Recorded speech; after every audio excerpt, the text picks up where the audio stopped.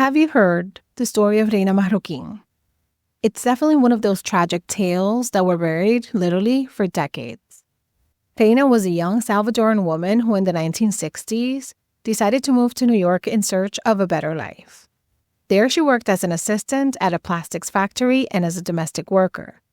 At the factory, she met her boss, Howard Elkins, a married man, but the two began a secret, intimate relationship. The problem came when Reyna became pregnant. As expected, she wanted to talk to Howard about the baby.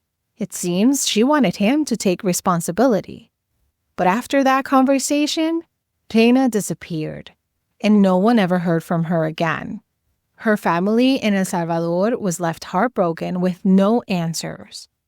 30 years passed until in 1999, something incredible happened. Ronald Cohen was selling the house he had purchased about 10 years earlier in Jericho, New York. The new owner wanted the place completely cleared out. This house had a crawl space that contained a large metal barrel, one of those 55-gallon drums.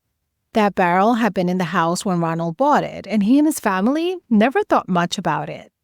Although Ronald hadn't placed the barrel there, it was now his responsibility to get rid of it. The barrel was extremely heavy, but with the help of movers, Ronald managed to drag it to the curb for sanitation workers to take it away. However, because of its weight, they refused to collect it.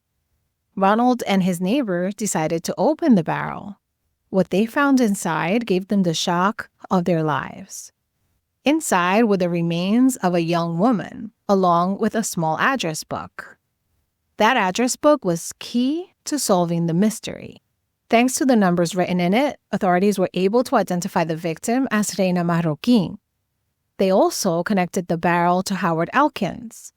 Howard, who had been Reyna's boss, was also the original owner of the house Ronald Cohen was now selling. On top of that, Howard built the crawl space where the barrel was hidden for all those years. The strongest connection, however, came from the chemicals found inside the barrel. They matched the chemicals used at the factory where Reyna worked. When the police confronted Howard Elkins, he denied knowing anything, but he was visibly nervous. They requested a DNA sample from him, but before they could collect it, Elkins went into his neighbor's car and, like a coward, ended his own life. Although he never admitted to the crime, his actions practically confirmed his guilt.